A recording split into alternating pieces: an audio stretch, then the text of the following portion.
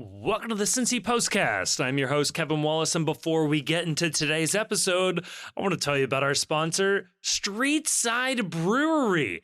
Look, these guys are located in historic Columbia Tusculum neighborhood on the east side of Cincinnati, and Streetside is really the perfect mix of just local neighborhood watering hole and a modern craft beer brewery.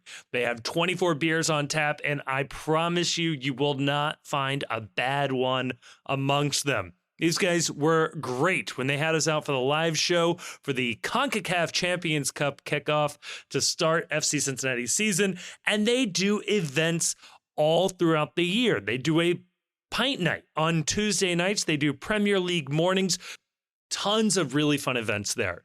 But a special note to Postcast listeners, if you mention the Cincy Postcast at the bar when you're getting your beer, they will take $1 off of your beer, and you let them know that we sent you their way. You can find them at 4003 Eastern Avenue or in the fridge of wherever you're picking up your next beer. Again, a huge thank you to Streetside Brewery for sponsoring the Postcast. Oh, and on today's episode, we have a very full, very interesting episode for you. The conversations were all over the place, but some of the best that we've done in a long time. This is a really fun episode in part one. It is a very long conversation that does eventually end up with Marco Angulo and FC Cincinnati's U22 spot. A rumored striker signing?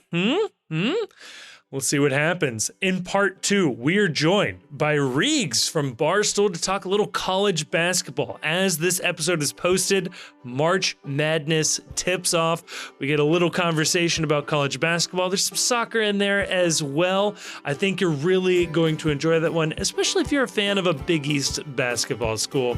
And then in part three, we do predict and we'll call it a preview of New York City FC and a couple of Patreon questions to round us off. You put it all together and you have one very full postcast.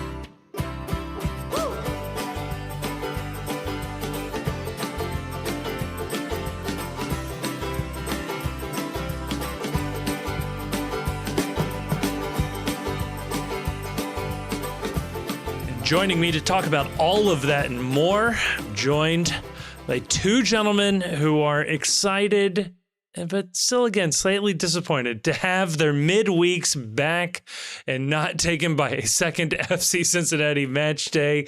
Joined by Chief, and we're joined again by Grayson. Grayson, how was your trip to what I guess was Mar-a-Lago? Yeah. Yeah, it was interesting for sure. Bathrooms were a little crowded by documents, but other than that, everything was all right. Yeah. I was just, it's so weird to like see your heroes in person. Yep. To like be at lunch on a mountain and you look over and 3 tables over, it's Presidents 47 and 48, Don Jr. and Eric, of course. Eric's VP material. Let's be real for a second. He's got to get some experience. Right. We don't just throw them into the job. That would be ridiculous. No. Yeah, and you can tell like my wife and I are the only people reacting to this. At the ski town I was at, it's the type of place you like walk into a shop and like every item of clothing is $3,000. Right. Use promo code the post Cincy at checkout on Cincy shirts. So full disclosure, I had my body changed sizes over the last 3 years. Been there. And so I still have like a hope that like it'll change back somehow. Yeah. So I'm like, I'm not going to spend a lot of money on like ski clothes. So I ski in clothes I bought at the Columbia outlet in Monroe that were like, the whole thing is like $80. And so here I am at this like restaurant and everybody's in their like crazy like European designer stuff and just out around their day and like drinking their Veuve. And I have my like $12 IPA and like snapping pictures of like people tables down in my like hillbilly ski outfit. Like, did you people wear to like Perfect North? The staff comes over and says, "Sir, we don't believe you're welcome here. we can just tell you don't belong here." Marco Angulo. Wow, and we're back. We do have Marco Angulo to talk about. He is officially out of the team. He is out on loan. LDU Quito, as I said before, that is my adopted team in Ecuador. So great landing spot for Angulo. Couldn't imagine a better team. What are their big rivals, Kevin, as your adopted team? I can name 2 other teams in the league, so I'm going to assume those are their rivals. Nice. Guayaquil City, which I really enjoy. They rebranded themselves as Guayaquil City, and they adopted a light blue color motif and changed their logo. All of that in the hopes, my guess, is of being purchased by Manchester City. They were not, but they put on the appearance of having been. Dress for the job you want to have, and that's exactly subsidiary organization of a petrol state. Look the part then.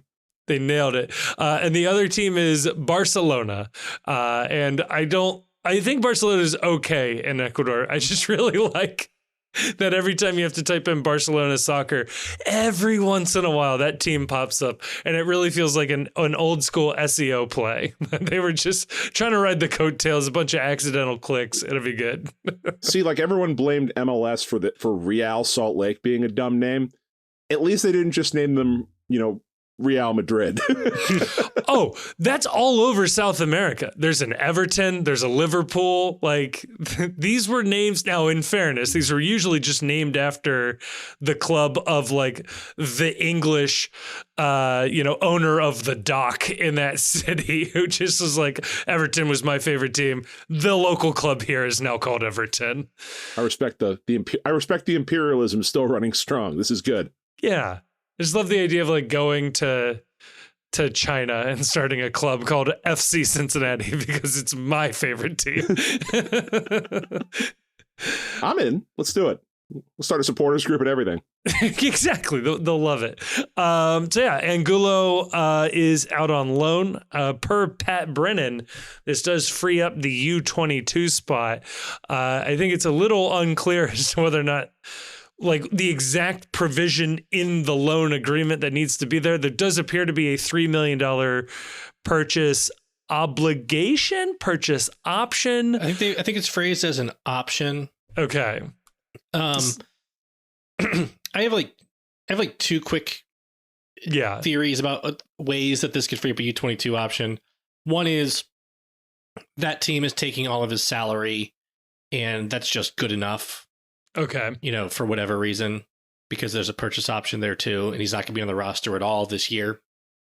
The other is, I think it was The Athletic that reported that they're going to allow every team to have 3 U22s starting in the summer. Yeah. And so like, we don't have to worry about only having one starting in the summer window.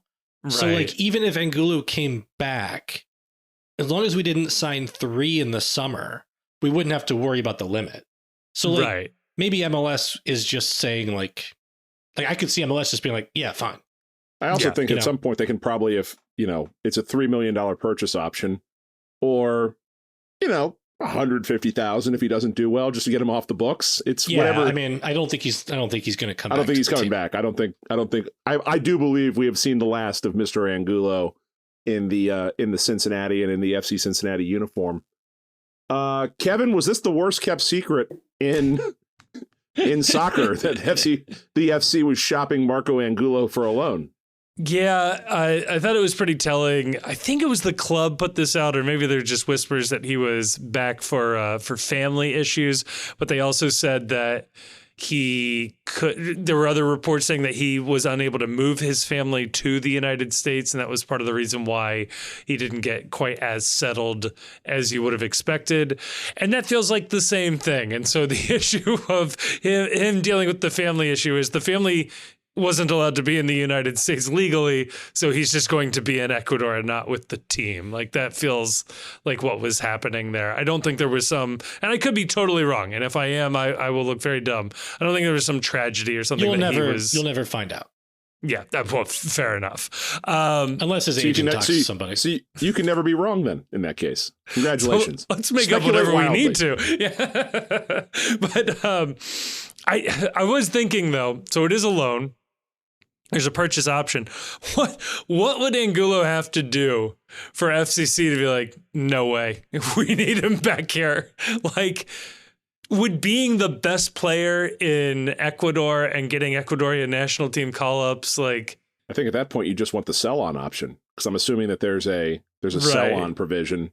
Yeah. And versus thinking that, if we recall him back to this situation that was not good for him in a professional setting, like, why would you... Yeah. Let somebody else be the team that buys and takes that risk again of removing him from a part of the world that he's comfortable in. I wouldn't do that for any reason at this point. Just let it be passive income, bro. That's the real key to success. Passive income, bro.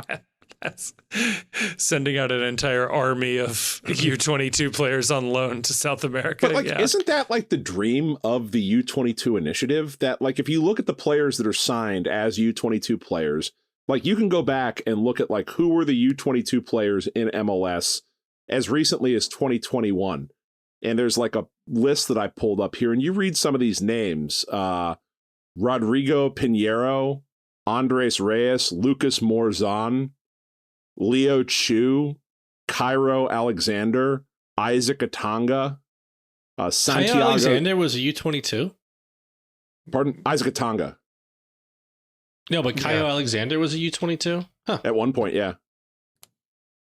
But, like, for every one name that you recognize, there's 5 that are, right. Who the hell is this guy? Where the hell is this guy? And isn't the dream of the U22 initiative, if you can do it, sign a player, bring them in, see what they're worth, and then if you don't like what the upside potential is, see if you can get your money back selling them someplace else and sign another U22, and just keep cycling the process until you find the right fit. They're big swings is what they are. Yeah. Like, it's a nice mechanism for being able to pay one of your homegrowns, because there's, like, a little bit more liberty to pay a homegrown player under a U22 spot. Yeah. And that's somebody who hopefully at that point in time, they've proven themselves a little bit more because they were cheap to bring in, and you have a lot of authority over your homegrowns. But with the foreign players, like, take a big swing, and if it doesn't work, churn them. Because, all you need to do is have, like, one John Duran, who came to Chicago very cheaply on a U22 initiative deal, and they sold him to Aston Villa for $24 million or something like that. Yeah. So as long as you're not, like, spending like $10 million on all of them and then, like, letting them go on a free, hopefully it's a good, like, kind of churn and burn.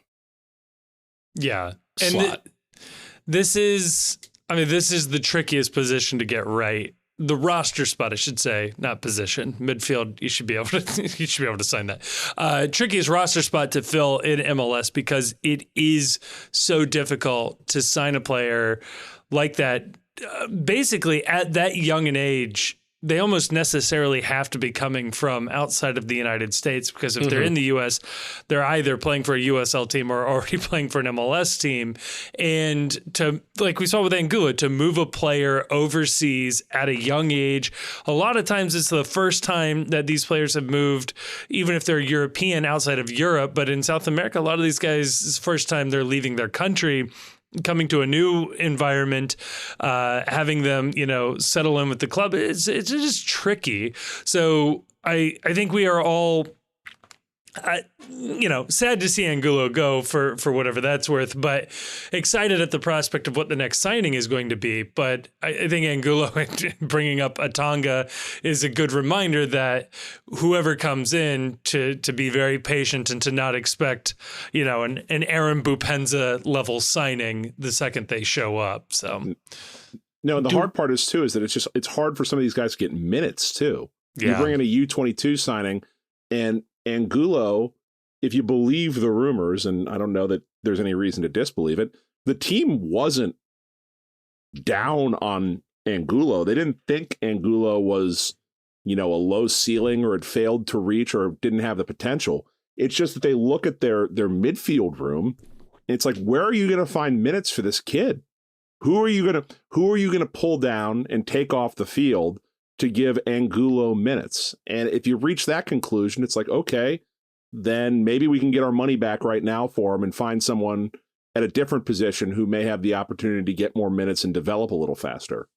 Yeah. Also, chasing the shield last year doesn't help him there either, because they had more of an incentive to continue to put out the strongest possible lineup. I think in an alternate timeline where we were a fifth seed in the playoffs, he gets a lot more playing time.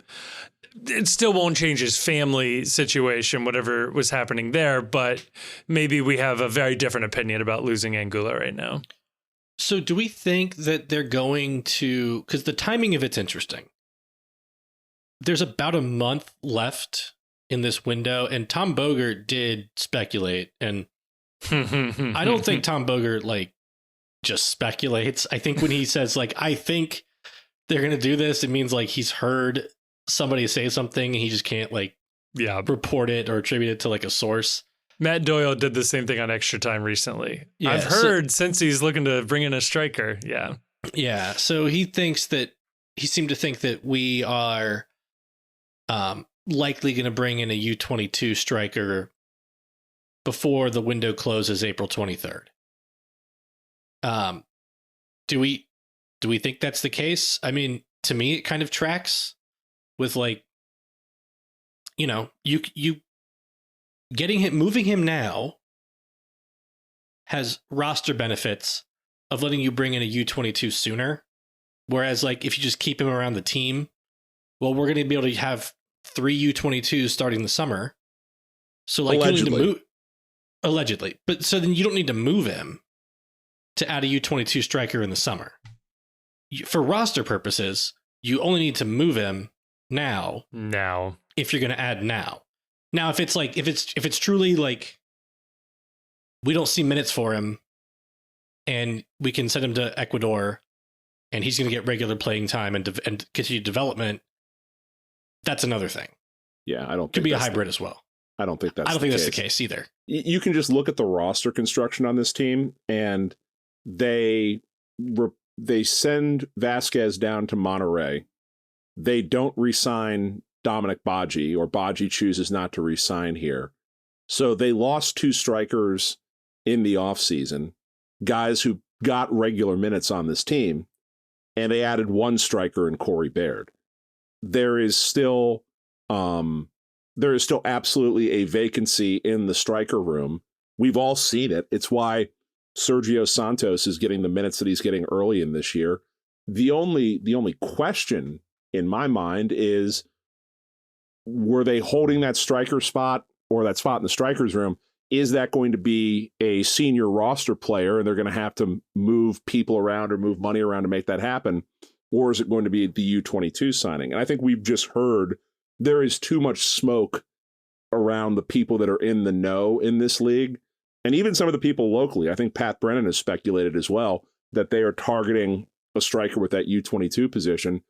And if that's the case, I expect that they're going to bring somebody in. And I expect that this might be, or no, this is true, but this might be where Albright looks to ownership to maybe spend a little more to get someone that is as more of a sure thing than you're usually going to get with a U22 player. Whereas most of these U22 players are lottery tickets. Maybe if you're really looking for a striker and someone who can be a difference maker on a team this year, maybe that's where you take a little bit of a bigger swing on someone that has options elsewhere or that's being looked at in bigger leagues, which leads us to the rumored name that's been thrown out there for this striker, I think. Yeah, that rumored name is Matheus Nascimento, a young, I want to say 20-year-old Brazilian striker for Botafogo. The name is exciting. Okay. He's been linked to some big money moves over the last couple of years to some big leagues. The type of player who will almost, if he came here, would almost certainly draw an article in The Athletic explaining why none of those links were real. And we were just really stupid for paying any money for this player at all. Which is good, because if they're writing that article, they're not writing the article about it would be very suspicious for him to come in here on a $8-9 million transfer fee, but only be making $500,000-$600,000 a year in wages. Yeah. And there must be some cash changing under the table to someone in order to make this deal work from the player's point of view. Yeah. And that's really where, that's really where the move just, I have a hard time believing the link, because they're outside of players going to Miami to take the quote unquote Miami discount that we're supposed to believe exists. You're not seeing a lot of players moving on like $9-10+ million transfers and then making below the maximum budget charge of approximately $680,000 a year. Like Brenner was on like, I think like 1.8 when he came over or thereabouts. For the people at home, Grayson, that may not know the MLS rules as much as some people on this podcast, the U22 player, the transfer fee can be whatever you want. Yep. But the player has to earn less than the max salary budget charge, which I think is $680,000, something in that range. It's about that this year. It goes up every year. And this it's 12.5% of the salary budget. And that number can't be bought down by GAM. You can't take a U22 player, pay them $1 million and use $400,000 to buy them down to the max salary budget charge. Their contract has to be for yearly wages, has to be below that $680,000 threshold. Yeah. And so like, I just think that a player who has been linked heavily to the Premier League and to, if you believe the reporting coming out of England, Nottingham Forest offered 15 million pounds for him, I think about a year ago, and Botafogo turned that down. Oof. That guy's not going to Nottingham Forest on a 15 million pound transfer fee and then making like 100K, in the Premier League. Right. So it's I love the name, right? Just based on the promise and how teams around the world have rated him. And if Albright successfully brought in a player of that caliber on a U22 deal, like really sold him on like, take this salary, you can, like, Cincinnati, very low cost of living. Okay. Great place to raise a family for a 20-year-old. And said, come up here, ball out, and, we'll send you to the top 5 league and we'll make some money. You'll make some money. Everybody will be happy. I mean, that would be an incredible pull. Yeah. But also, even if they didn't pull it off, if they went after this player, it makes me feel pretty good about what their plans are for this slot. Right. But even just the ownership's willingness to invest. Right. Yeah. Yep.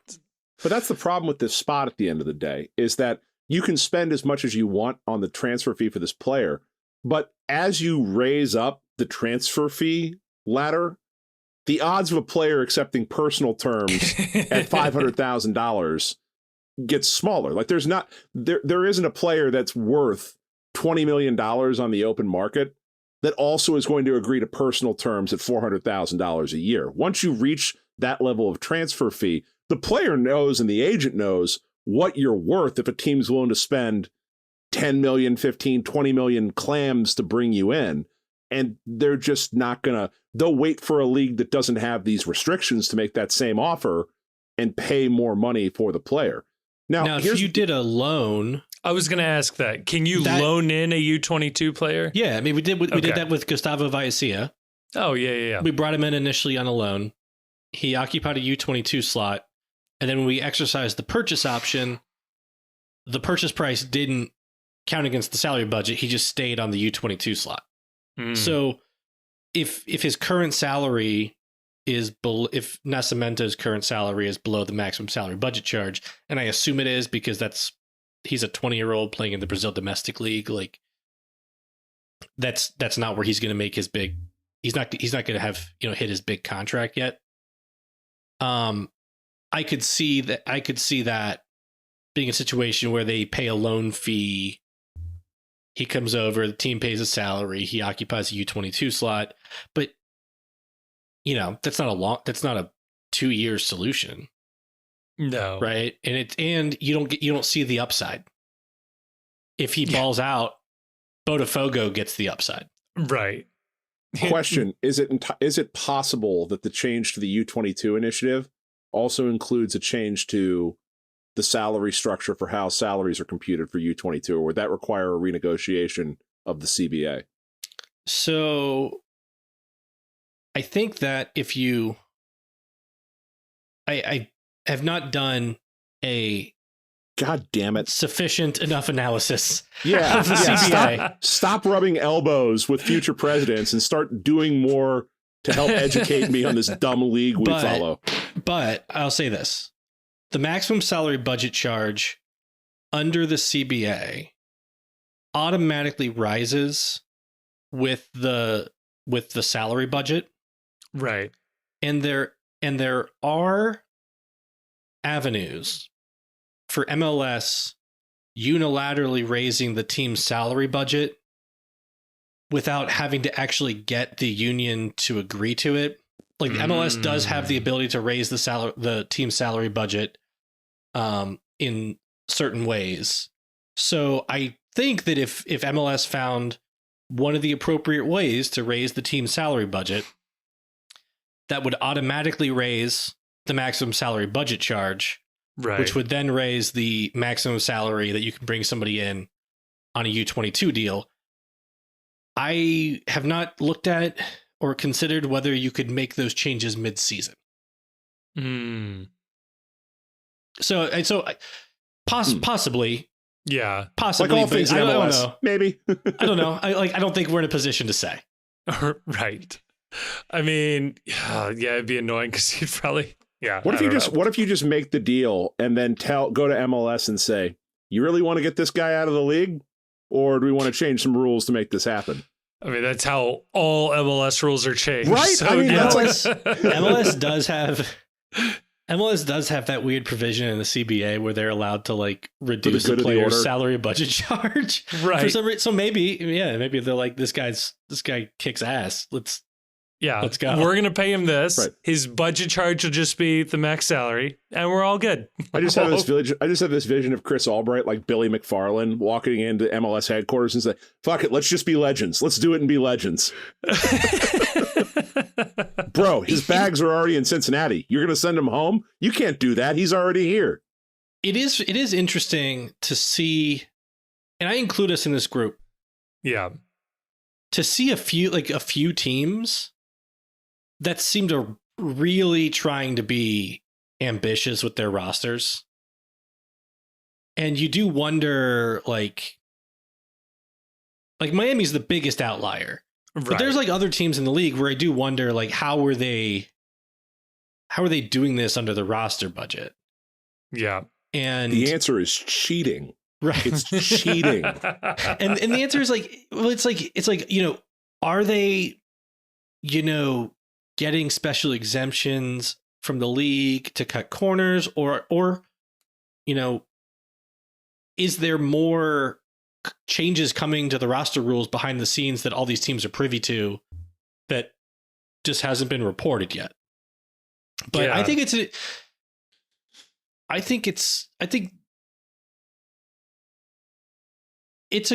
a exciting time, I think, in the league, because there's like a few teams you can point to where, and I do not include Miami with this, because what they're doing is just like not sustainable in a circus. Right. But like there's other teams you can look at and say, like, this is how the league can grow. Yeah. Like LAFC. They're rumored to be bringing in Olivier Giroud this summer. My heart breaking over the fact that we will not be able to sign my French hero to play our target man striker. But yeah, like that idea. Columbus, Atlanta. Yeah. Like these teams are like, they're looking, like how could you not? I mean, the league has decided that we're going to pull out of the Open Cup. We're not going to be participating in this domestic competition because we are pushing all in on the Leagues Cup. The Leagues Cup is the future of soccer in this country. The Leagues Cup is the future of what we want to do as a league. You really think that these owners are looking at that and thinking, yeah, I want to get my dick kicked in by teams from Mexico that don't have the spending restrictions that we do? Some are fine with it. Some are clearly fine with it. You think Carl Linder, one of the new guard owners, watches this game, and he might not understand the first thing about how this league works, but you look at like the game that gets played. Hey, that guy that scored the goals against us, he used to play for us, right? Yeah. Why'd he go? Well, because we couldn't afford to pay him that money, under the money he wanted under the MLS rules. Okay, well, how much did we make for selling him? Oh, you're going to love this, Carl. We made $8 million selling him. Oh, great. So we can spend that to bring in his replacement. Well, no, not really, because we don't have the salary structure. Just the basics of this to a businessman. What, you're telling me I can't reinvest what I have made back into my product? Like at a certain level, these new owners looking at this with these shiny toys, and he's seeing a stadium full every week, and he's seeing gear flying off the shelves, and you're telling him, no, I can't bring in this player I want to in order to win games. At a certain point, people are just going to be like, we need to do a little less. You're telling the former like CEO of Quibi that she can't just invest in a growth model? I do think, like, I always find it amusing when you see like Pro Rel Truthers talking about like MLS teams leaving for USL or something in the future. But I will say, I do find it interesting that in the near future, I think that there will be a proper like boardroom civil war of MLS owners that have spent hundreds of millions of dollars to join the league, and the owners that paid $3 million to join the league. And there's a degree of ambition on one side of the boardroom and a degree of just like rent seeking on the other that is just going to come to a head at a certain point. You know what's going to bring it to a head? And boy, we could probably have a long conversation on this for an episode that's already going to be way too long and way too off the rails.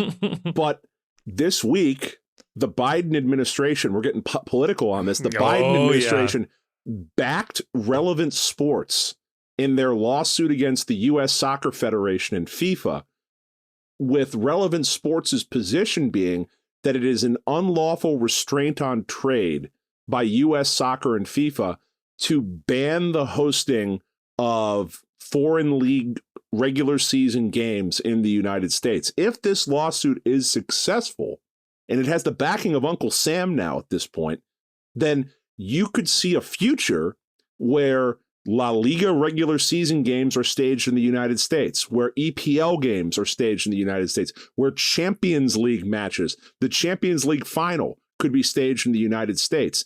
And so there is a future in this country where MLS has to compete with the best that foreign soccer has to offer as they chase the U.S. market.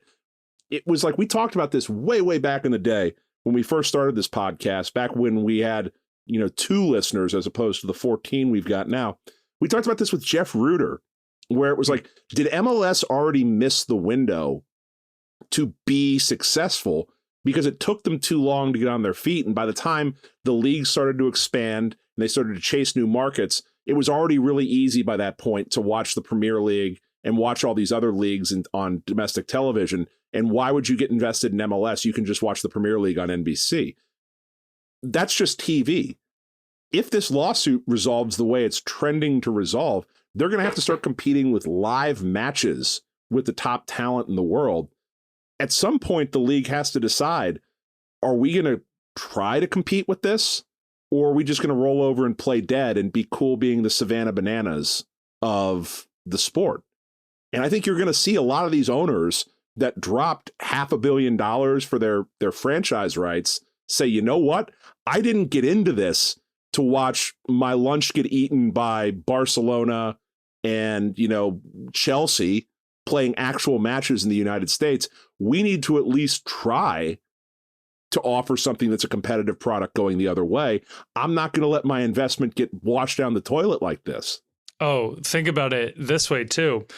I think obviously the European teams, it becomes tricky to, post up like a residency in the US. Like Liverpool won't be playing in Boston every week, but a Liga MX franchise in Dallas would put an existential threat to FC Dallas existing, put one in Houston, put one in San Diego, a couple in Los Angeles, Chicago. Like, you could really threaten the existence of MLS clubs by dropping a Liga MX side that is bringing in regularly Club America and Monterrey and Chivas and all of the other big names. It gets really dicey if these teams aren't willing to compete and actually, try to be a top 5 league in the world. They could very well be, perpetually minor league, as a fair number of fans already view them as. But to kind of cap this topic, I thought it was very funny. I saw one of the prominent pro rel accounts. It was like at U.S. Soccer Reform or something. Yeah. Ted Westervelt's other account, since he made his account that everyone has blocked into just a soccer history account. He was saying that he was against applying antitrust law to the business of soccer due to freedom of association. Yeah. And freedom of association is classically it's the excuse for why Augusta National shouldn't be required to let in women and non-white people. Right. You're treading on some interesting constitutional grounds when you're talking about freedom of assembly and freedom of association. Right. And the libertarian ideal that everything is governed by interpersonal contracts. Yeah. So if I have freedom of association, do I have a freedom to associate with my competitors to create a cartel to fix prices? Absolutely. Why not? Sure. We're just meeting to talk. That's all we're doing. It is very funny. Yeah, the U.S. government shouldn't be poking their nose into private business. Is okay, well, the next 3 tweets down from you is about how, all these corporations should be doing X, Y, and Z. But the problem is it would require government regulation to get pro rel in the U.S. People don't understand this. Yeah. People are like, oh, pro rel is it's free market. It's the most capitalist thing. It's not, because it requires a regulation from anybody getting too big or regularly prohibiting at the top level various business practices. And antitrust law isn't necessarily pro free market, because in a free market, you have the problem of a couple people getting too big, dominating the market, and then look at each other and saying, why are we competing on price? Why don't we just agree? Yeah. That we're you get the gonna West Coast, we get the East Coast, and call it a day. Yeah. Yeah. So, maybe a couple families meeting, 5 of them in New York to figure this out. Yeah. So it's just weird, because it's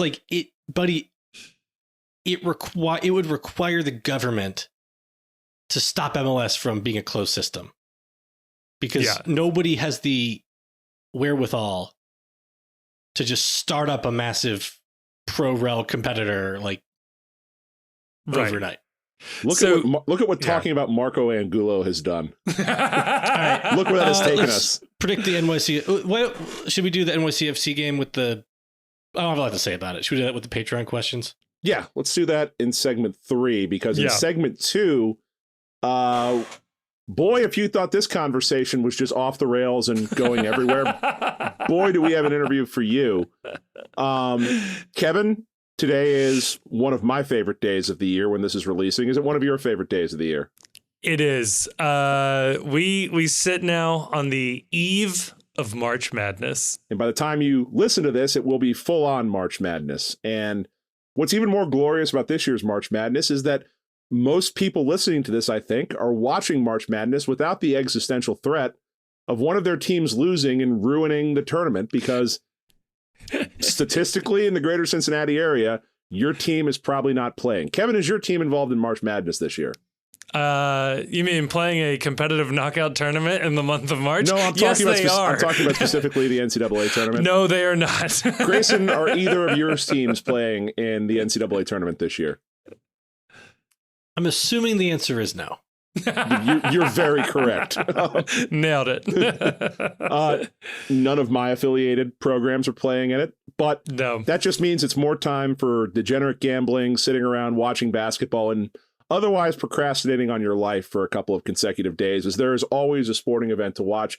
And Kevin, I proposed this, and you graciously agreed that we should reach out to our old friend, Bobby Reags from Barstool, who is their college basketball blogger, friend of the podcast, now officially a recurring guest, to come on and talk a little bit about what you should be looking for as a soccer fan, how to watch March Madness as a soccer fan. That was the idea, and somehow we ended up talking about whether or not Nickelodeon game shows should be used in the selection process. Anyway, it's a great interview, and we will see you on the other side of the break, the other side of the interview, to talk about NYCFC and do some Patreon questions. And before we get into the next part of the episode, I want to tell you about our other sponsor, Cincy Shirts.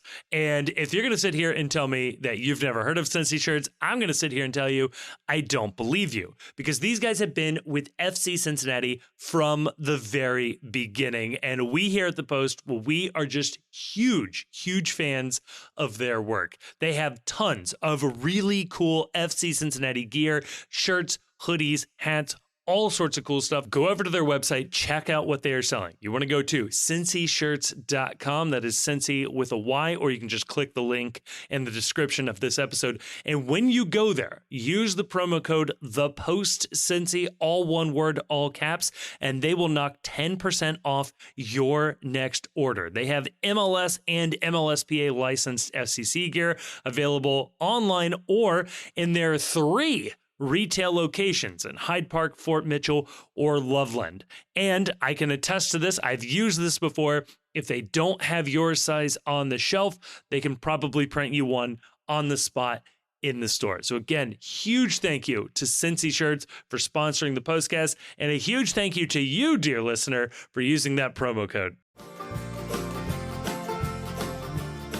Oh, and joining us, a very special return to the Postcast. We are joined by Reags from Barstool Sports. He is your college basketball blogging extraordinaire. Reags, how you doing, man? Good, man. Thanks for having me on again. Oh, dude, I'm always blown away that somebody experienced this once and is like, hey, I'll come back. You know, that we didn't scare you away. We were as advertised. I like that. Yeah. I also feel like this is like getting the Pope on St. Patrick's Day, where this interview is going to air on the Thursday of the NCAA tournament. This is your high holy day, your high holy weekend. How in God's name did you make time for us in this? Time stands still, basically starting, I want to say, like last Monday. Maybe even before that, like when conference tournaments really pick up, and until the national title game, I swear time just stands still. Like it's all fake. Clocks aren't real.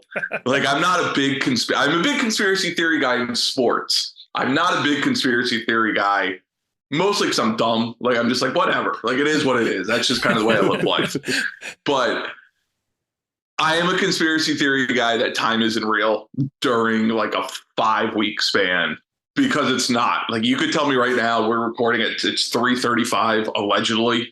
You could have told me it was 1 a.m, and I'd be like, yeah, that makes sense. Sure. Why not? It's just, no, I'm happy to do it. Luckily, I've been doing it long enough that I can understand some form of time management and can leave myself some breaks to do shows and whatnot. And yeah, I'm excited though. I mean, like, listen, it is work, you know, it is the busiest time for me, but I get to talk about basketball and make jokes and watch sports. Like, I'm not in the coal mines. I'm not in the, you know, the front line. I'm not in and out. I'm not doing anything really besides just cracking jokes and praying to any God I can think of at this time of the year that my Kentucky Wildcats don't rip my heart out for the 10th year in a row. It's funny. Congress wants to ban TikTok right now. My TikTok algorithm got me down a real rabbit hole about this time isn't real concept and everything that has happened will happen already. Let me tell you, not the feed you want to be on if you want to sleep at night. Oh yeah. No, I try to decompress after games, because it's like, all right, now all of a sudden it's 12:30. You know, my mind's still racing from everything, and I need time just to decompress. And I'm always like, all right, let's just put on some mindless television, you know, something like King of Queens, where it's like, right, I love the show. I don't need to pay attention to it. Right. It's just mindless noise, 30 minutes without basketball. Inevitably, I'll see something. And I get into the Wikipedia rabbit hole, and it's like, how am I looking at Columbine shooting all of a sudden? Like, how did I end up here when I was like, and it's like, I was probably talking about Colorado at some point, and then got in, and then saw an ad or an SVU like ad, and then I'm like, what am I doing? So yeah, it's just all those things. It doesn't matter if it's TikTok, Wiki, like those rabbit holes. The sun's gotta be up for you to be getting down on those rabbit holes. Yeah, it's bad for the sleep schedule, unfortunately. So I guess I can lead off with this. We talking about conspiracy theories. Am I right to believe there is a conspiracy against the Big East? And how can I fix this? Because it makes me very angry that only 3 teams made it from by the metrics, the second best conference in the country. Yeah, I don't get it. Like, I really, really don't understand it one bit. I said it on Selection Sunday. It's even more true now. And I'm not big in like, oh, one game proves whether the committee was wrong or right. No, this is the one time it's true. Virginia was the worst, most egregious at-large selection I've ever seen.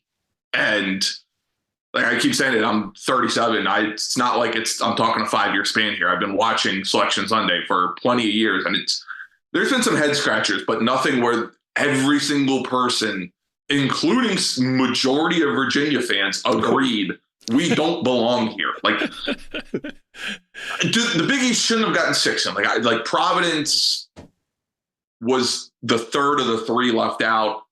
I understand why they're not in it. How Seton Hall or St. John's weren't in it, how St. John's wasn't even one of the first 4 out.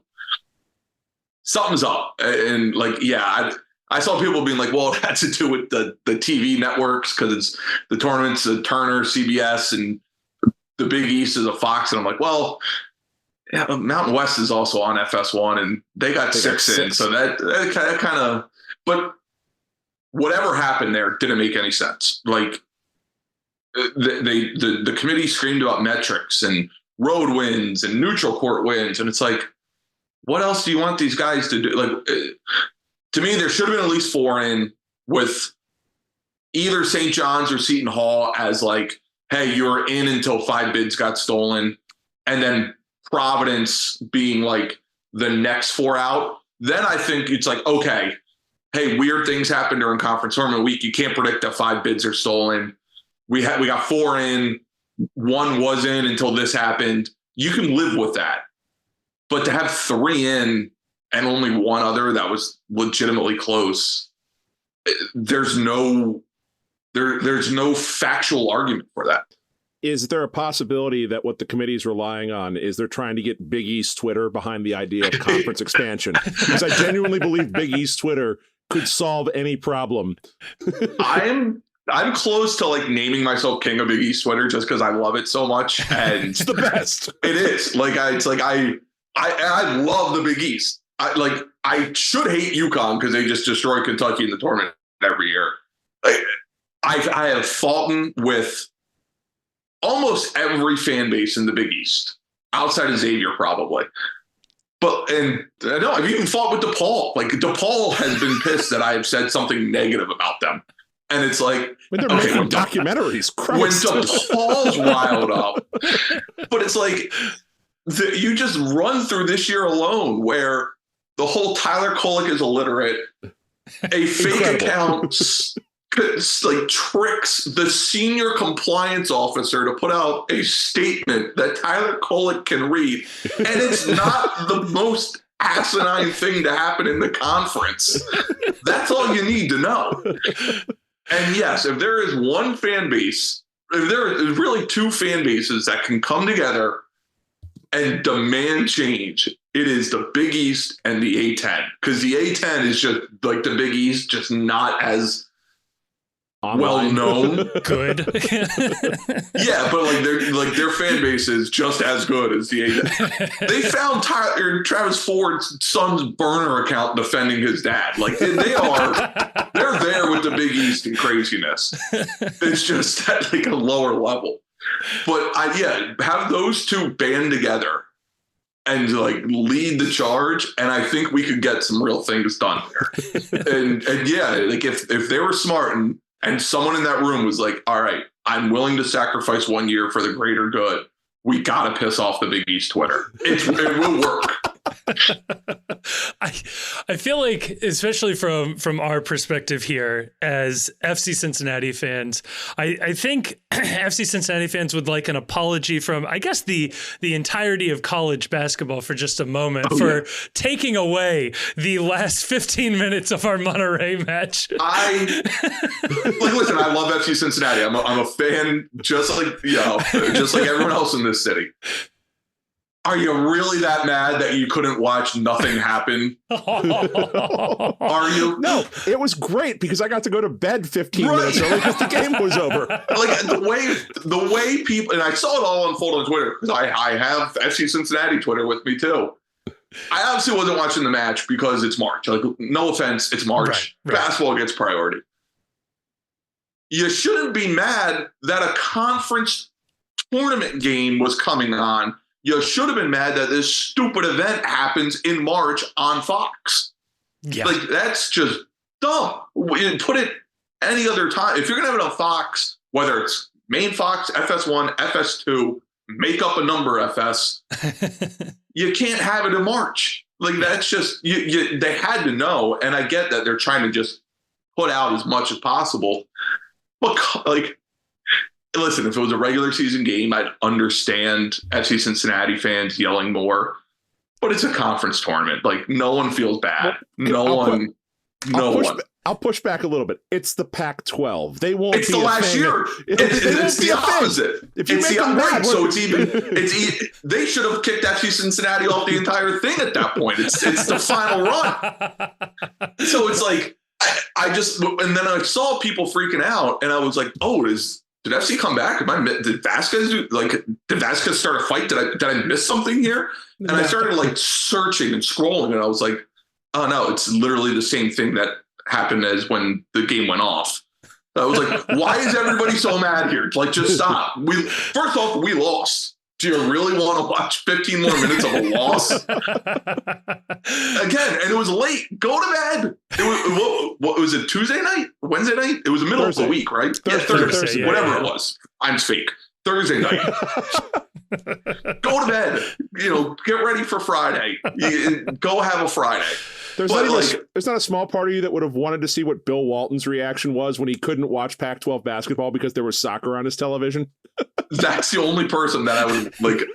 Although Bill has some health problems right now, so I'm a little worried that if he turned it on and it was a FC Cincinnati Monterrey, and it was in Mexico, he would have just like been like, "What?" The trip he would have had would have been. I wouldn't need to be in the room with him for that. But yeah, like I completely forgot about that whole freak out from FC Cincinnati fans until you reminded me. No, as a college basketball fan and FC Cincinnati fan, I do not apologize. Stop crying. It was a loss. God. Well, for what it's worth, it was, I think, Utah, Colorado. So, I mean, for UC fans anyway, it was a nice conference preview of what we got next year. So, and it mattered. Colorado got into the tournament. It mattered. It wasn't Oregon State, it wasn't Oregon State, Washington. It was Utah was a bubble team and Colorado got in. So, listen, it worked out better for FC Cincinnati fans. Do you like, I'm getting from this conversation, you love the conference tournament. I personally hate conference tournaments. So what's the appeal? That's a terrible take. Hate them. That legit might be the worst take in sports. Yes, that's absolutely true. Conference tournament week is the 1,000 people that show up to these conference tournaments, I'm sure also love it. You, sir, have never been to Madison Square Garden for the Big East tournament, For the one that started it and the only one that matters, yes. No, I disagree because UMBC doesn't beat Purdue if they don't win their conference tournament. It's the whole, you got to look at it as a whole. The NCAA tournament starts, it'd be like watching the World Cup and saying, I hate group stage. Because that's what it is. You got to come out of your group to make the knockout round there's 32 conferences for probably 18 of them. If you don't win it, you're going home. And that's the beauty of it all. Just like soccer fans fall in love with the World Cup or Champions League or whatever, you want to talk about where it goes from a group stage to a knockout stage. It hits teams you never would expect to see play each other from, number one ranked all the way to the bottom, or almost like qualifiers, right? Like, I mean, you joke around about like San Marino, the worst team in international soccer who hasn't won in like 20 years. But that one time, they finally beat somebody.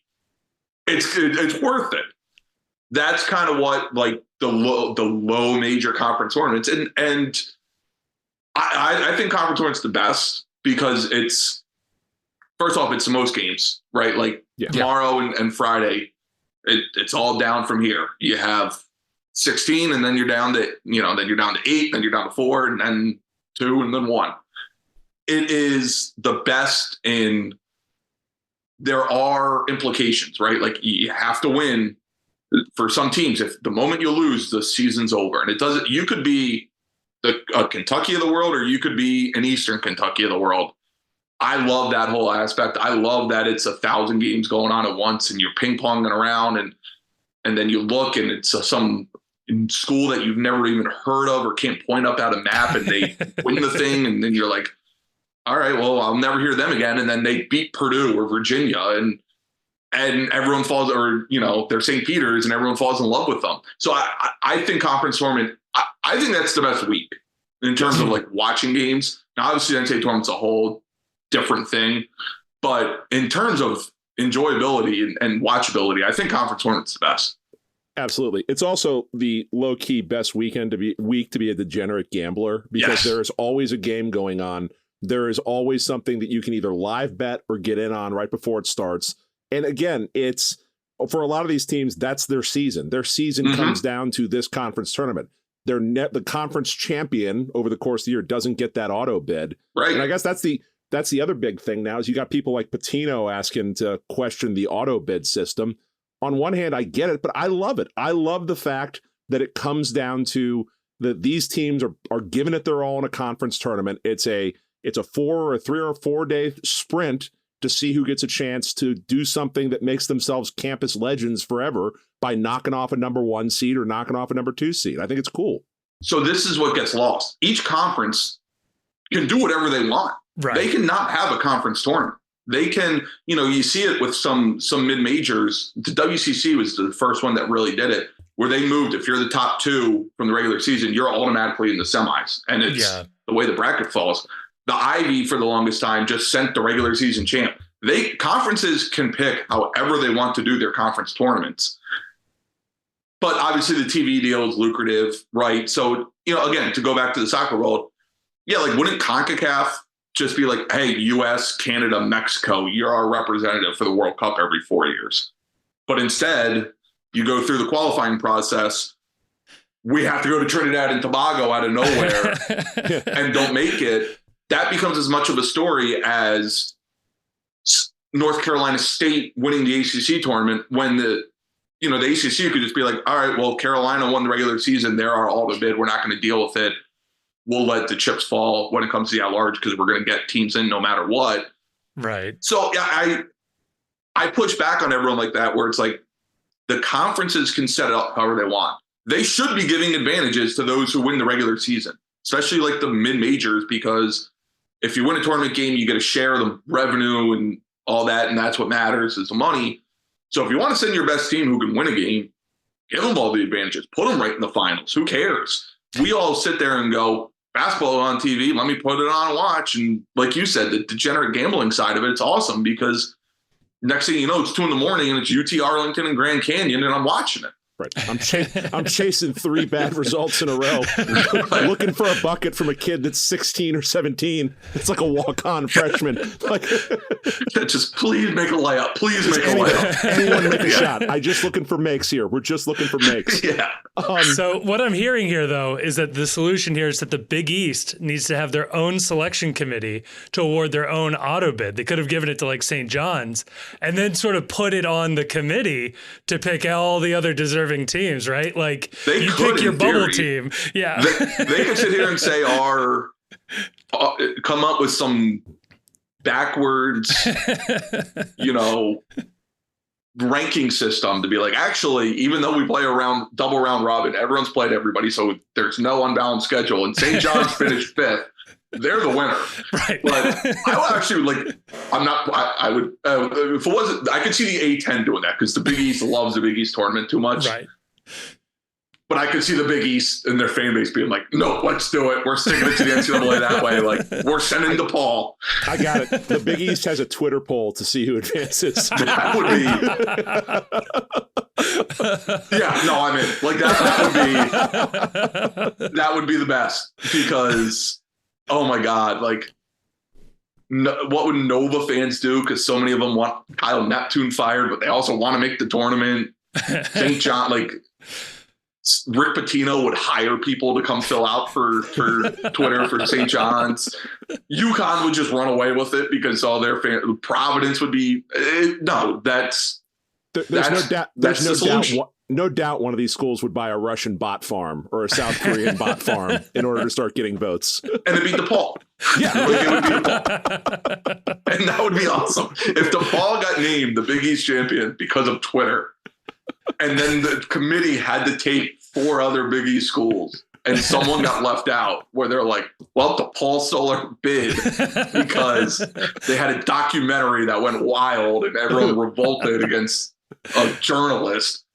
We got screwed. What do you want us to do? It's the first time in history the Big East auto bid is a 16 seed. And they're playing the play-in game still.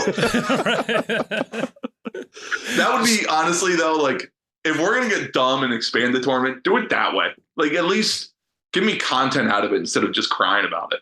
Absolutely. Like the video that went viral the other day of the managers for Indiana State having like an Olympics to determine who gets to sit on the bench. Yeah, do something like that. Like have 2 teams send their champion out and have like a 3-point shooting contest to see who gets in. I blogged that because I started thinking about it. What it really showed is that's the greatest solution to all of Earth's problems. Think about when you're a kid to present day. If someone says, if there's a debate, right? Like, I'm better than you at that. I'm better at that. Or you can't figure out, we want Coke instead of Pepsi. You set up an obstacle course and that solves everything. Whoever wins. It's like when you're playing pickup basketball and if there's a debate about a foul call, shoot it. Right. And if the ball goes in, that person's right. If the ball misses, that person's right. And no one argues about it. Yeah. It's just the ultimate, like, okay, well, there's our answer. The gauntlet races is really life's answer to everything. Yeah. It's like, so put the committee through, like, that's what it should be. The final bid should come down to like a telecast obstacle course race. That's somewhat like make it American Gladiators is basically what I'm asking for. Or what I was going to say, though, is that like everybody knows if you're of a certain age in this country, I'm, in like early 40s, you're 37, that everybody knows that when you don't know the answer to a question, it's always acceptable to say, I'll take the physical challenge. Right. Like that. They should have a giant nose that you got to dig through to get a flag. Just give us a mix of the giant nose with an auto bid on the inside of it. You're like racing through the nose looking for. And then you have to get the aggro crag. Like whoever gets the aggro crag wins the auto bid. Basically, what I'm asking for is a reality show that's a final combination of American Gladiators, Global Guts, Double Dare, and throw in some of the scary guys from Legends of the Hidden Temple. Just to see like one little caveat on the side. What I'm really just looking for is Shaheen Holloway and Kyle Neptune racing up the aggro crag together to try and figure out who makes the tournament. Holloway's minus 700 in that. Oh my God, he would just wreck him. If it's coming down to a bit, that's actually a great debate. If all the Big East coaches had to go through that, I'm still taking Hurley because he's a lunatic number one, but Holloway might be my number two pick. Sean you know Miller what? It might just be the people in the field. Yeah. Shaka's number three. Sean Miller would be the most fun because halfway up the mountain, like just covered in sweat, seeing right through the uniform. Oh, yeah. And then Miller and Hurley would just turn into a dodgeball fight. Like they would take it a little too aggressive. Right. It's like it stops being get up the mountain. It's more like crabs in a bucket. I'm just knocking this guy down. Oh, yeah. That would be. And then Patino would somehow just weasel his way through it all and win. Like that's. It's going to come down to the same teams. Patino finds the elevator at the back that they use to service the mountain. He just rides up. He's just standing up there like, what took you guys so long? They're all wearing the pads and the uniform from the Nickelodeon show. He's in a full suit, just waiting at the top. He's in the white suit. Yeah. It would be great. And yeah, it's like, that's why I love the NCAA tournament because it's so dumb that I'm not 100% ruling out something like this happening. Not at all. So from a perspective of, so this is ostensibly a soccer podcast. We forget that from time to time. Pretending that you are speaking to an audience of soccer fans who may or may not have checked out on college basketball because Xavier was terrible. UC was slightly less terrible on aggregate, more terrible actually in the crosstown shootout. What are the big things that you need to know before these games tip off on Thursday when this releases? And it doesn't matter. The best team hardly ever wins. Like you go back over the last 10 years, and I think I counted 3 of the true best teams that came into the tournament won the thing. Right? Like the consensus, not even the number one overall, but just who, like if you look at Ken Pom, whatever metrics you look at, I want to say it was like 3. So it doesn't matter. There are upsets, like, you look and I think out of the last 12 years, only 3 have had a Final Four cumulative seed total of under 10 or under 12. I forget what number it is. Point being, someone's going to be there that everyone's like, oh, how did this happen? There are, I would say this year, UConn, Houston, Purdue, kind of them 3 versus the field is the consensus feel of it all. But again, I always take field because it's one game. And contrary to belief, offense is up this year. This is not college basketball, despite what Virginia tried to do, where set the sport back 20 years. Right. Like that's not what college basketball is this year. Scoring's up. So it is fun to watch. It's a weird time because the amount of coaches with the title are gone, right? Like the number's lower than maybe ever. Yeah. I think there's 7 with the title right now. So, and a lot of that's new, right? Like Drew just won one recently. Hurley just won one. Tony Bennett in 2019. So it's not like yes, you still have the Caliparis, the Selfs, the Izzos, the Patinos, But there's this weird bridge happening right now in college basketball from those guys to the Hurleys, the Nate Oates, I know he's not in the tournament this year, but like Eric Musselman and those sort of coaches who are younger, up and coming, but also have arrived. And that's what makes the tournament, is someone cements himself as a legendary coach one way or the other because of college kids not doing dumb things for 6 games in a row. That's the best way to describe the NCAA tournament. Has NIL made the field flatter, or has it made the bigger teams bigger? I think it's too early to tell. Yeah. Right? Because 2022 tournament, you had 4 blue bloods. You had in the Final Four, it was Nova, Duke, Kansas, UNC. Yeah. Last year, you have UConn, San Diego State, Miami, Florida Atlantic. So, they're not rolling in NIL money. They're not historical programs. I mean, Miami's rolling in NIL money, but like Florida Atlantic wasn't a rolling in NIL money team. There weren't Miami, not a historically great college basketball team or program. So I think it's too early to tell. You look and it's like, you have Purdue and Tennessee as 1 and 2 seeds pretty regularly. They're not Purdue's like historically fine, but they're not a historically great program. Some, the Kentuckys, the Kansases, the Carolinas, the Dukes, the UNCs, those teams of the world. Yeah, they're there, but I think it's the same, right? You look back and it just kind of all feels the same. It's all ebb and flows. It all ebbs and flows. Yeah. I will correct, though. Purdue is up there solely because Zach Edey gets the friendliest whistle in the entire country from Big Ten officials. And then that stops in the tournament, and they always disappoint. I'm so mad because Zach Edey is good. Yes. But it's impossible. It's impossible to enjoy watching Zach Edey play, and it's not his fault. Like, it's not like he's blowing the whistle himself. It's just, it's impossible. And watching that, like, Big Ten semifinal game against Wisconsin, which was a hell of a game, and I'm just like, I want this to end because I'm so sick of seeing foul calls and people arguing about Zach. And I'm like, no, Zach Edey's a really, really good basketball player. We should be celebrating the fact we have a back-to-back National Player of the Year for the first time since Ralph Sampson. And he plays on a good team, and he's, by all accounts, a good kid, right? He's not some... He can read. He's not illiterate. He's not on Twitter fooling compliance officers, which would be hilarious if he was. But instead, the whole discourse is Zach Edey's just tall, and he's going to choke because he's tall. And I'm like, well, can we please just find a middle ground? That's all I want. Like, I hate doing the please like my sport, but please like my sport. Just let me enjoy my sport.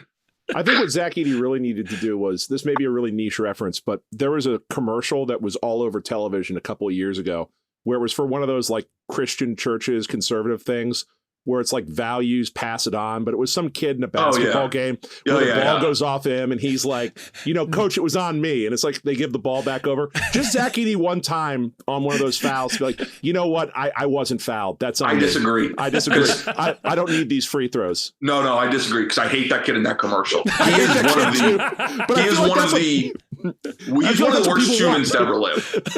Because if I'm the coach, you're kicked off my team. If you're handing the ball over to the opponent, what Zach Edey should do is the complete opposite and lean more into it and just start calling for a foul. The moment opening tip, just flop and be like, he hit me. See what happens. Like if he did that, I flip my stance about not enjoying watching like how hard it is to watch Zach Edey play to being like, Zach Edey's the greatest person to ever live.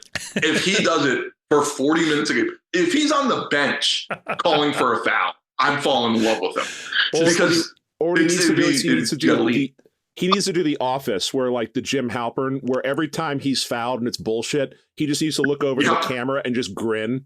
Like, I know, we all know what's going on here, folks at home. As long as it's immediately after he shit talks the person who fouled. Yeah. Like, I remember when they were playing Illinois, he blocked a shot and it looked like it could be a foul. They didn't call a foul. And he stared down the Illinois player and kind of talked a little shit. And I was like, you know what? I like that because They didn't call the foul, so who cares? And the Illinois fans are like, oh, what, he can finally shit talk because they didn't call a foul? And I'm like, who cares? Like, the whistle didn't blow.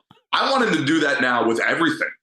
Like, the moment he gets fouled, start just belittling people and then do the Jim Halpert grin as he walks to the free throw line.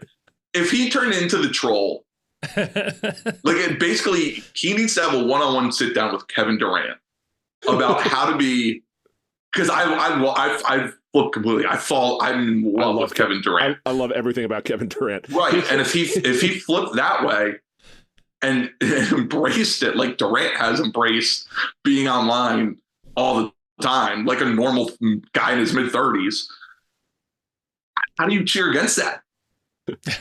Edie just looking at people going, you relax. I'm on 10 from the moment I step on this court. Yeah, right. It's like the opening tip, he just walks to the free throw line. Just start doing things like that, which I know is very anti-Matt Painter and anti-Purdue. But I would, and all that matters is I'm selfish. I would laugh hysterically in my recliner and have a great blog out of it and tweet, and it'd be like, nope, that's worth it. And you know what? Yeah. I'm now on board with you. Well, you have a UC and a Xavier fan here, so I do have to ask one brief question about the NIT, which is, what's a worse look for a program, opting out of the NIT or opting into the CBI? Opting into the CBI. People have been opting out of the NIT forever. And what cracked me up, like, Green had his rant, a bunch of people on Twitter were ranting about it. Nobody gives a shit about the NIT. No. Like, I can't even do it. Who can name the last 10 NIT winners? I know one of them. Everyone, you can. Xavier. I know Xavier was one. I think North Texas won. That's the only one I know. Right. That's right. Just the one. Right. And if I say name the last 10 NCAA champions, everyone rattles them off right away. Right. Nobody cares. The same people that were blasting these guys for, not playing in the NIT are calling it, the not invited tournament, and not, to be frank, they're not watching the NIT. No. So it's like, who cares? It's, if the players want to play, let them. But if they're even like, I don't know, man, like, we're kind of bummed out. I don't want to play South Florida on a Tuesday with 3,000 people in the stands. I don't blame them. It's a fake tournament. Like, the fact that we have now like 5 postseason tournaments in the soccer world, it's like, I get confused now with Nations League and Gold Cup. I'm like, which one matters? Which one do we want to win? Because we beat Mexico, then we beat Mexico again. But which Mexico team was the one that mattered? Wait, which players showed up? Is this the big players at this tournament, or is this the B team, or is this the cupcake team? We don't. And then qualifiers. And I'm like, okay, this one matters, right? But not really, because we still have to play 6 other teams. And it's just like, can we just, across all sports, just have one tournament for everything? Right. Or at least like a notation on it, like, gets a star in the viewing guide. Like, yeah, this is the one to watch. Right, and then the other one just has a $sign. This is the one to bet on when you just have nothing else going on. Why do we have the Nations Cup and Gold Cup? Like, I still don't understand it. It's the same thing. This is except money. It comes down to, if you want the honest answer, to be a nerd here for a second, it's that FIFA wasn't getting money on friendlies. So FIFA holds a tournament that's the Nations League that they host in a couple of other regions. They collect money on that last time. Right. And now FIFA gets a cut of the game day check. They get the broadcasting rights. And Qatar's in the Gold Cup, right? They're the ones in the Gold Cup, not in the Nations League. Pay their way in, yeah. Also Europe has a Nations League, but we don't play the winner of Europe in the Nations League. It's just, we win, Mexico loses again, England chokes again, but none of it matters because it's not the World Cup. Right. Or the Olympics, but you can't have so many people over the age of 23 there. So, I feel like the scene in basketball where they're describing the tiebreaker. Al Michaels, and if that doesn't work, potato sack races will be held on alternating Tuesdays. Yes. That's what both soccer and basketball have come down to now, where they're like, so wait, the winner of the NCAA tournament plays the NIT winner, plays the CIT winner, plays the CBI winner in like this grand scheme of things. I'm like, no. 3 of them don't matter, but people are going to get mad that they don't matter, but also they want them to matter, but no, they'll never matter. people want to expand this one, but no one else wants to expand this one. Oh, and automatic bids happen here. They changed the NIT for bids, but it still doesn't matter. Don't worry about that necessarily as much. And then I think we all go to Qatar or Saudi Arabia in the wrong time of the year and play something that matters. I mean, that's basically what it is. That's the end game. Is this the public investment fund buys the CBI and then all of a sudden starts inviting the best teams and paying the best teams to go over there and play that instead of the NCAA tournament? How did the Warriors end up playing Jacksonville State? That NIL money, man, it gets out of control. At Al whatever stadium in Qatar. In Doha. Yeah. It's made out of all recycled material, so don't worry about it. Man, University of Riyadh is probably going to get an auto bid going forward. When the fuck did LeBron go to Riyadh? LeBron and Kevin Durant playing for the University of Riyadh. Yeah. For some reason. He went to Texas. I remember him at Texas. Like, no, you don't. It's all gaslighting. It's like the 1990. It's a 2000 Olympic team, like Vince Carter. So like, is he dunking on people again? I know he went to North Carolina. That was a whole thing.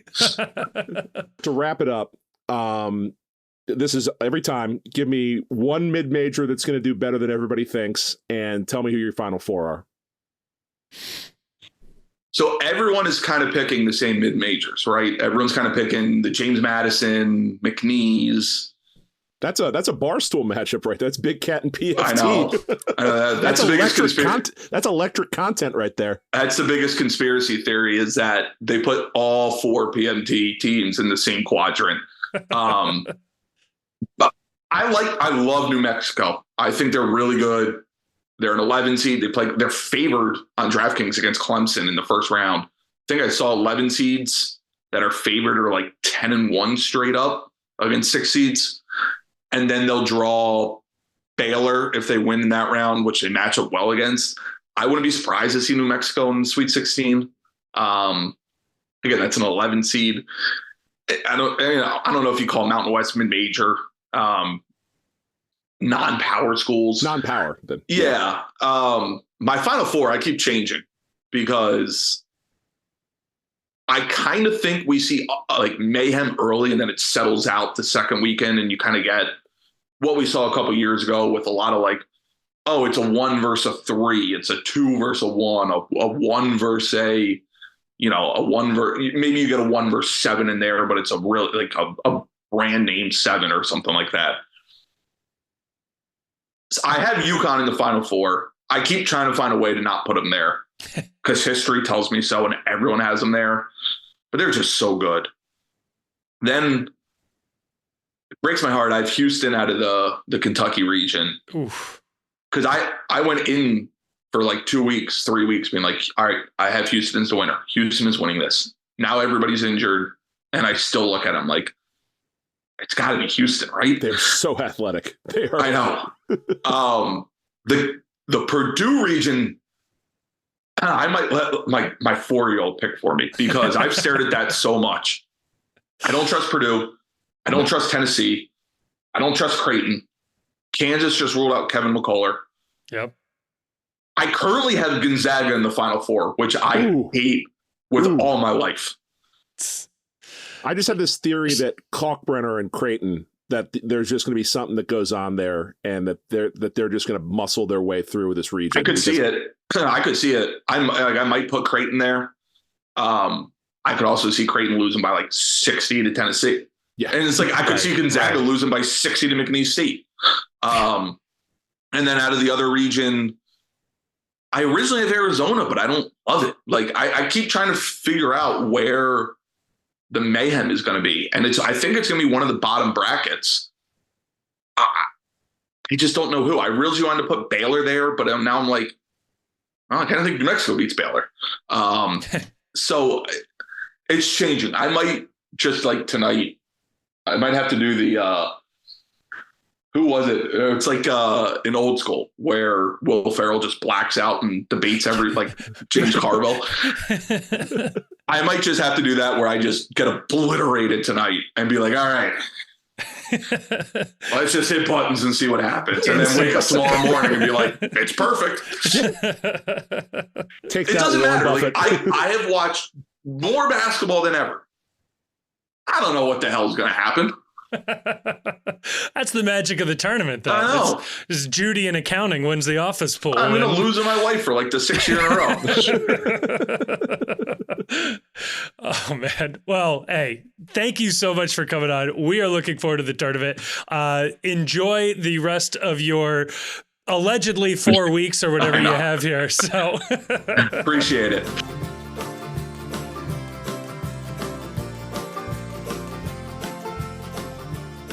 And we're back. And again, huge thanks to Reags for coming on. I do want to say, because I forgot to do this. We went over our time. Believe it or not, we went over our time with him. I was rushed to get at the end. I will link his writing in the description of this episode of the podcast, and you can also find his social media to follow there. So good follow. He's a very funny read as well. Like I said, mostly college basketball, but there's a fair amount of soccer in there as well. He's actually one of the few folks over at Barstool who actually acknowledges the sport of soccer existing, so that's always nice. Chief, I got to tell you about this, though. What makes March Madness so special to me these days is my buddy Sam. He puts this together every year. I post about it on the Discord, so if you are curious and listen to this early enough, you got a chance to jump in yourself. He's been running this Eliminator Challenge every year for like the last, I think, like 10 years now, where instead of filling out a bracket, it's based on the match days. So on the game day. So on Thursday, if you pay into the pot, you have to pick 2 teams to win to advance. And if you do that, you get to pick, again, on Friday, you pick 2 teams. And from then out, you're picking 1 team per day on the day that they play. But the trick is you can't pick the same team twice through the course of the tournament. So it's such a, I don't know. I think it's way more fun to do it this way, because when you fill out a bracket, you always end up with like 3 number 1 seeds in the final 4. And you're like, well, this is probably what's going to happen. But the second the first game tips off, you're immediately rooting for every upset. Well, now you can root for every upset except for like 2 games or 1 game. It's so much more fun. I love this so much. Is there a punishment for finishing last? Would that also include having a billboard about you eating too much packaged cheese being put in Covington or Ludlow, Kentucky? There should be. Unfortunately, or fortunately, hundreds of people play in this one. So to be eliminated on Thursday, you're probably joining a couple dozen other people. If you, I don't know, pick a 3 seed that gets upset pretty early, that'll knock a bunch of people out. Nice. I'll just continue gambling like a degenerate on my Caesars app. Oh, no. So, again, huge thanks to Reags. We do somehow, in all of this rambling, I'm looking at the clock here, we're pretty far into an episode. There's a match this weekend we should probably talk about. New York City FC comes to town. This is not your father's NYCFC, mainly because your father doesn't know that there is an NYCFC, but they're not that good anymore. They did beat Toronto 2-1 last time out. However, otherwise, they started the season off with 3 straight losses. Some of the names you might have recognized on this team: Tallis Magno, Maxi Morales, Keaton Parks, not playing in this one. Keaton Parks suspended, the other 2 injured. This is a team that had at the last home match the home fans chanting to fire their manager, to give you some sense of where NYCFC stands. Right? We tried. That doesn't work. Or maybe it was just me. I was the only one trying.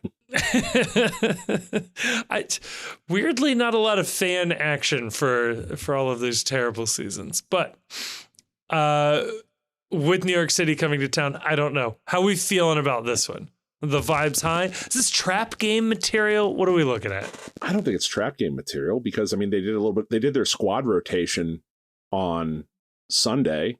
They didn't have a midweek game. This should be, we viewed, or at least to me, I looked at the game this past Sunday against New England as that was their season reset game. Get everybody back on the schedule needed, get everybody back on proper rest, give some minutes off to some people. NYCFC, they are kind of dreadful. They've only scored 3 goals this season, which I guess, we've only scored 4, but they're never the same team on the road that they are playing in their little bandbox of a park. Like you were saying, looking at their roster availability, it's not a lot of guys that scare you. The names that you would recognize are either not playing for one reason or are hurt. I don't know. I guess the question I'll start off with is, do we see Noonan roll the ones out there, or is this going to be the first game that maybe Matt Miazga or Miles Robinson gets a layoff and we see like Nick Hagland and Ian Murphy in this game? Is there a little bit of rotation on the back line? Because it seems like the back line has logged the most minutes this year of anyone. They're going to have to rotate Robinson because he's going to be with the national team. Oh, well, right. Other than that. So that pesky thing.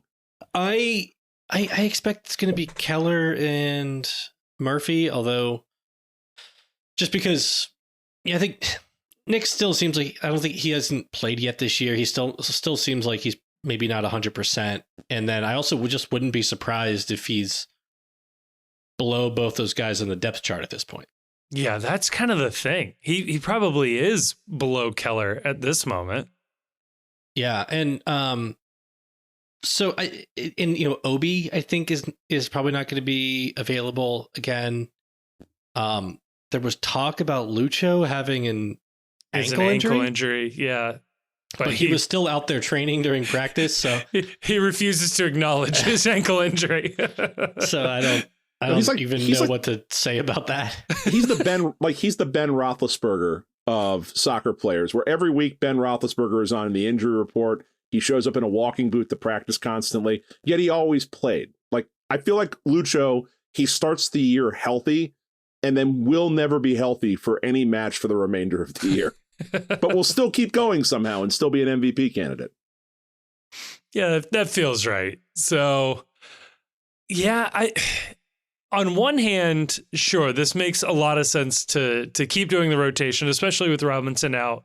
It might be, you're going to be forced into it, but then, maybe you rotate here and there.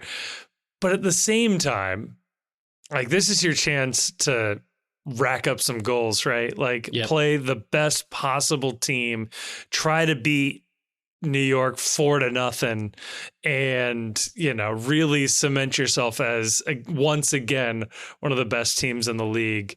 Not that they aren't, but it'd be really nice to have like that moment early on in the season where we announce ourselves. NYCFC has given up 6 goals, which isn't the worst in the East, but it's like, bottom half. Yeah. So rather than a trap game, I was thinking about this game as a game to, like, if New England was the reset, this is the game where we arrive in the season. Yeah. I mean, they still haven't won a game at home this year. They still haven't scored a goal at home this year. You would like to hope that this is a game where they can send the home fans happy. Question though, what's our vibe on fortress status if this is another 0-0 draw? I think fortress status is in question. Can't have that. Again, what if McNally's going to have to re-record that intro that plays?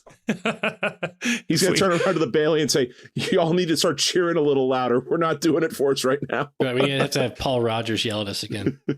We win MLS Cup, and the only win we got to see at TQL Stadium was the Cavalier match. Oh, just the monkey paw. I think it was a good season at home. Right. Yeah, I mean, not taking a loss would be key. I think that would be the best. That would be the best thing. They gotta win. A minimum. Like, at some point, they gotta win. They have to win a home game. They got to get this. The proverbial monkey. They've got to get it off their back right now. Like, they have not won a home game. They have not played particularly well at home. They got to win. This has got to. I don't want to say this isn't a must win game. I don't want to say.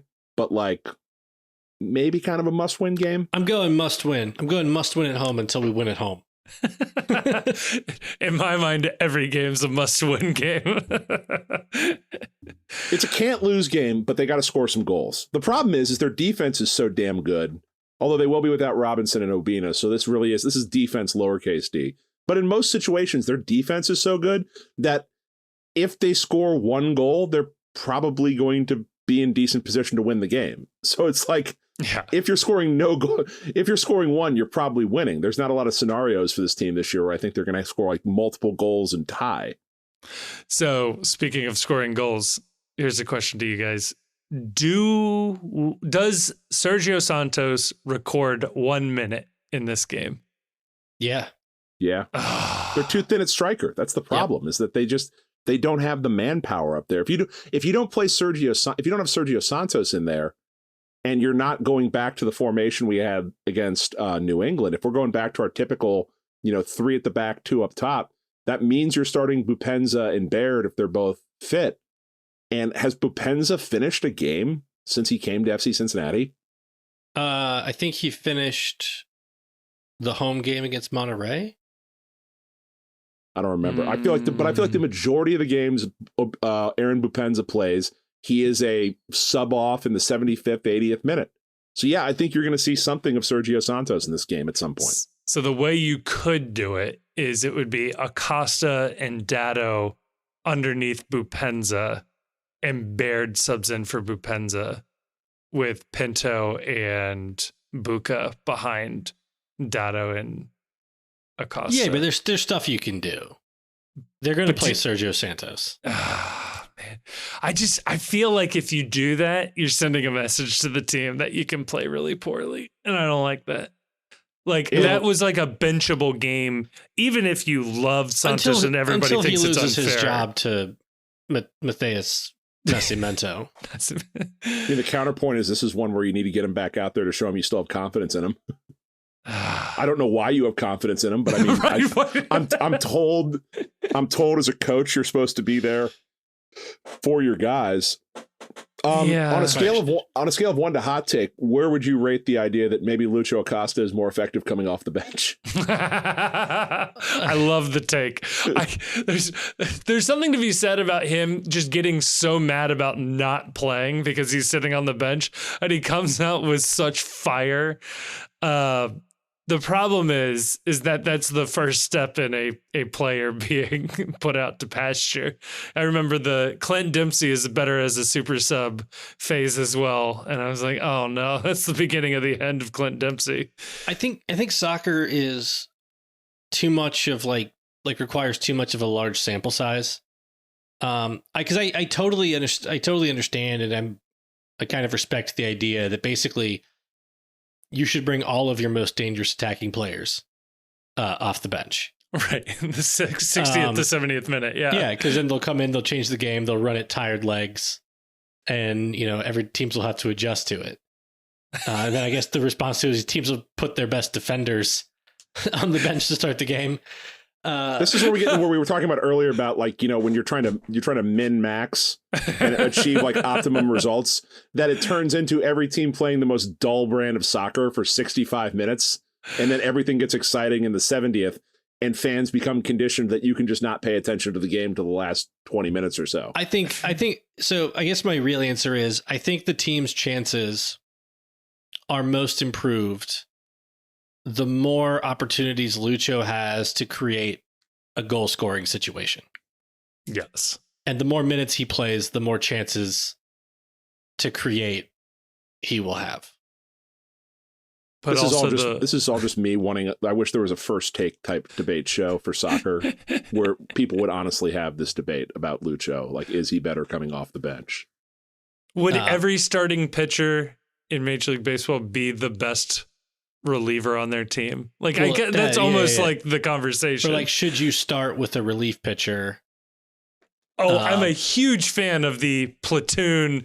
Every relief pitcher is your starting and then pitcher. You should put your closer into the highest leverage situations and not just in the ninth inning, all that stuff. Yeah. That's fine. Let's predict the game. Okay. Grayson saw where this conversation was going and was like, absolutely not. No. We've already done this. FC Cincinnati wins 3-0. That's my 2-0 for me. Ooh. 0-0 draw. Oriano gets on the score sheet. You son of a bitch. 0-0 draw. Sure, why not? Embrace chaos. Is it a good 0-0? Are we down to 9 men? There's no good there's 0-0. at I've this seen point, too after- many. I'm out of it. After two straight 0-0s. I guess, yeah, 2 straight 0-0s at home. There's no such thing as a good 0-0 at this point. I'm in no position for someone to explain to me what's a good 0-0 draw. Oh man, I'm just replacement referees. You could form a scenario. Nope. All right, Patreon questions. All right, let's ask a couple of these Patreon questions. Which again, if you want to ask us a question, give us some money first, okay? Links links and information in the description of this episode, or just Google it. You're smart. Question from Seth Ransoff, and I like this question. It ties in well with the conversation we've had so far. After every question. No, because if you don't say it now, the people that don't have that will think their question wasn't nice. All right, what's the question? Seth says, with the limited number of MLS roster slots, would you prefer all of your attackers to be of the same type/system, or would you or have less like for like depth to allow for a significant formation and style change? I like variation. Same. I like having somebody who comes off the bench and shows a different kind of look. Even if that off the bench is a USL quality striker. I'm assuming that everyone's the same. I'm assuming the only way this question makes sense. I'm assuming everyone's MLS quality. Well, Yeah. Necessarily because they're on an MLS team. If the question is, would you rather all your strikers be MLS quality or some be USL quality? The answer is I want them all to be MLS quality. Think of it this way. If Kimi was a target striker, he would be a different style striker on this team. You can debate if he's MLS quality. He's on an MLS roster. But is it better that Kimi is a more like for Baird and Bupenza versus him being a target hold-up striker, even though, let's say, his quality would remain the same? I guess if he sucks, it's better for him to be like for like because other players will just be able to play. I guess that assumes that that's other players around them also serve well playing with a player of that style. Right. But no, I'd want him to be different because if it's like for like, you're going to keep the guy on that's better than him. Whereas if it's not like for like, there may be situations where even a player who sucks can exploit an advantage against another team where he may suck generally as a player, but in specific matchups, he may have value as a player. I would always want versatility. This was the debate with the U.S. men's national team not calling up Brandon Vasquez, is that they've got too many guys that do the same thing and they don't have a third pitch when that's not working. And that's why there are guys that Berhalter keeps calling in who are of demonstrably inferior quality overall compared to most of the players in the pool. And it's because Berhalter loves player profiles. Yes. So he's always going to go for somebody with a player profile that matches what he's looking for in the system. And the problem is we just don't have that many good players, so you just need to be able to use good players. Anyway, next question. This question's a terrible question. It comes to us from Terry. There, how'd you like that? Now that you've started a Patreon, when can we expect a shirtless firefighter style calendar? Well, I mean, Grayson was just talking about firefighter style. I think there's Dalmatians involved. Okay. Suspenders with no shirts, I think. People don't buy those for the dogs? That's weird. I just do it because I support firefighters. Grayson, any thoughts on that, considering you were the one that was complaining that your body shape has changed and not for the better recently? Yeah, I have thoughts on it. Good talk. Last question, and then I'll get us out of here. Bart Sharkey asks, over under, number of Miazga yellow and red cards this year. I mean, at this rate, I would put the over-under at 10.5. He's killing it. How many does he have? I don't think any. He has none this year. So he's due. Yeah. Well, here's the thing. When do the other refs come back? That's a really important piece of information. When do the ones that have just been sitting there stewing for the last couple of weeks, when do they come back to exact their revenge? On the little documentary that the team put out, Miazga says, we have a target on our back, and I can just tell he means I have a target on my back from the referees. Miazga says, I have a target on my back, and since we're a team, you have a target on your back too. You're welcome. We do this together. You're all wearing my colors. I don't know, like 7.5. Ooh. What's the average size of a pizza? How many inches? Like a medium pizza or a large pizza? It's like 12 inches, right? Let's say 12.5 then. All right. And I'll take the over. I don't know. It feels, you know what? It's the frog and the scorpion. Eventually, there's going to be a stinging that happens on this trip across the river. It's just in his nature. He had 9 last season and 3 in the playoffs. There we go. He had 9 in 27 games during the regular season and 3 in 2 games in the playoffs.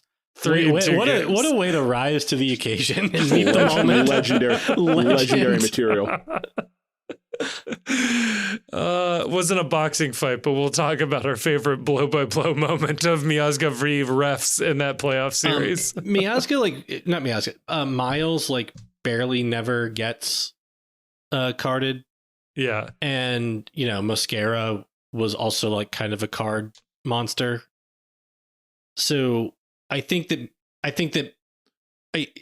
joking aside, I think Miles Robinson's presence on the back line is going to have some runoff effect and reduce the number of cards that Miazga gets. Yeah. I am concerned, though, that the opposite effect happens. Ooh. That Miles just starts getting a lot more cards because the new refs come back and they just hate us. Right. Or it's like a Goofus and Gallant situation where Miazga is constantly just causing problems and Miles has to be like, don't do that, man. It makes us all look bad. Does Miles turning into a Miazga-esque shithead hurt or help the U.S. men's national team? It helps. I would think it helps. Man, we could have the Bash brothers back there for the U.S. men's national team if Miazga rubs off on him. I just love the idea of a buddy comedy series, Miles Robinson and Matt Miazga, just doing crime on the soccer field. He didn't mean it, sir. Hey, before we get out of here, was that our last question? It's going to be our last question for today. There are others, but I'm going to hold them back. Before we get out of here, I do want to say out there to everyone on FC Cincinnati Twitter, I know we talked about Big East Twitter with Reags, but FC Cincinnati Twitter, some of y'all have a real special place in my heart. And if you were one of the people that was commenting on San Diego FC's recent tweet, you're who I'm talking about right here. You're the real ones. Keep it up. Keep it up. Keep making them confused there as to why the hate is flowing. Never forget, they ruined San Diego Loyal and hurt the investment of our own DeAndre Yedlin. And though he's only been here for a couple of weeks, we'll go to war for DeAndre. He's one of us now. He lost so much money, he has to keep playing soccer for a living. That's right. Poor bastard. In America, no less. So keep fighting. Keep out there in the mentions. You can win an argument on the internet if you try hard enough and you keep hitting the post button. So out there to you and the FC Cincinnati Twitter sphere, I mean this is the bottom of my heart. Go fuck yourself, San Diego.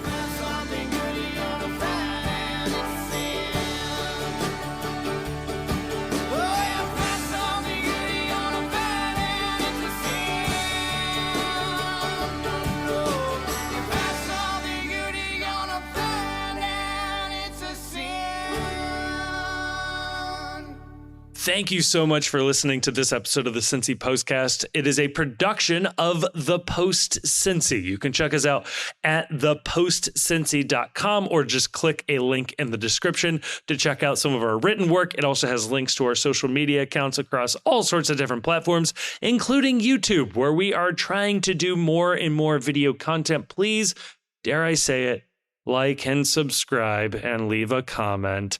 But no, that would be really, really helpful. Also want to give a thank you to Jim Trace and the Makers. They're a local Cincinnati band who provided all of the music for this episode. We love having them on board. You can check them out. Again, link in the description of this episode to find out where they might be playing shows next or where you can listen to more of their music.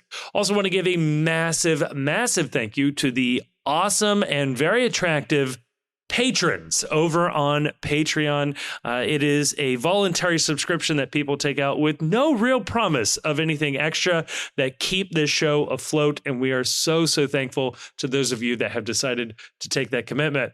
If you do like the show, or at least just want to engage with other people who have listened to the show and want to talk about FC Cincinnati, MLS, soccer, or really anything else, you can go on over to Discord. Again, link in the description. Lots of links in the description where you can find a link to the Discord. That's where we are keeping the conversation going 24/7. It feels like it's a really fun group of people in there just talking about FC Cincinnati. And like I said, just about everything else. And finally, I'll say it. If you liked this episode, and given the fact that you've made it all the way to the end, I have to assume you either like it or for some reason cannot reach the stop button. Please share this episode with a friend or family member or someone who likes FC Cincinnati. The best way for us to grow is from a personal recommendation from somebody who likes it. And if that's you, please tell other people. And if you don't have any friends, feel free to give us a review on whatever your podcast platform of choice is. We'll take anything we can get. But again, a huge, huge thank you to everybody for listening to this show. I am blown away that anybody listens to this. So again, I well and truly mean this. Thank you so much for listening.